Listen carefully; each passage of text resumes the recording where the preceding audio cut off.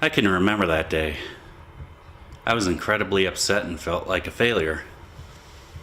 I was struggling to live up to my dream of being a video game designer. I could feel it slipping through my fingers. Scene 2 voiceover again. I was incredibly frustrated. I wanted to be able to complete my education so badly and pursue my dream of making video games. My memory and concentration problems from my PTSD a few years prior were getting in the way of that dream. I couldn't remember what I was learning, and I was failing the class. I began researching other degree programs available at Full Sail University. Nothing really caught my eye in particular, at least not for the online programs. My wife was there with me, and she helped me out, and she noticed the digital cinematography program. Well, I like movies and TV shows like most other people do, but I don't know how to make them, honestly. The good thing is that there's many TV shows and movies that are filmed just right up the road from my house here. So the prospect of getting a career in that field was good, so I decided to check it out.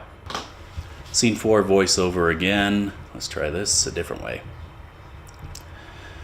I began looking into the digital cinematography program and decided to talk to my advisor about a change of enrollment from game design.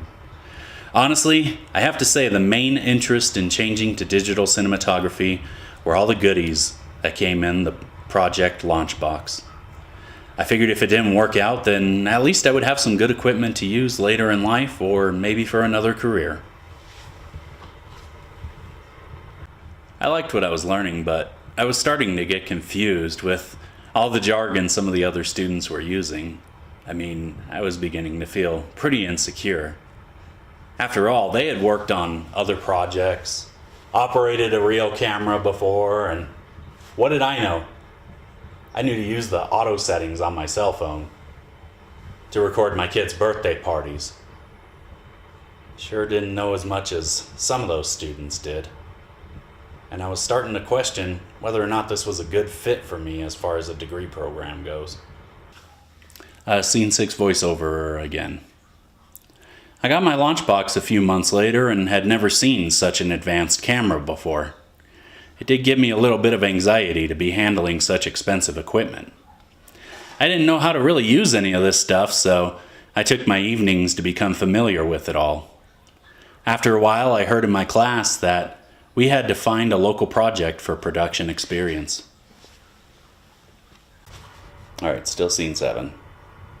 I was excited at working on a real movie or TV show set. I wasn't too sure about this career I had decided upon in my future in it, so I decided to go ahead and do my internship right away, even though I had a year to decide upon what I wanted to work on. But I figured this way, I could decide if I was going to continue pursuing this career field, or if things didn't go well, maybe giving up on school entirely. Scene 8 alpha, second voiceover.